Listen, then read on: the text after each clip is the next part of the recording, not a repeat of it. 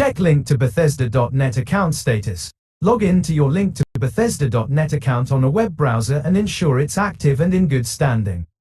There might be account restrictions preventing logins. Change link to Bethesda.net password. Reset your link to Bethesda.net password and try logging in with the new credentials in Fallout 76. Unlink and relink accounts, if applicable. If you linked your link to Bethesda.net account with your Steam or GamePass account, try unlinking them and then relinking them. This can sometimes resolve login conflicts. Note: instructions for unlinking accounts might vary depending on the platform.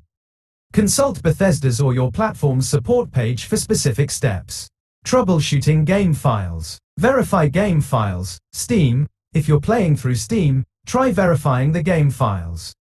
This can fix corrupted game data that might be causing login issues.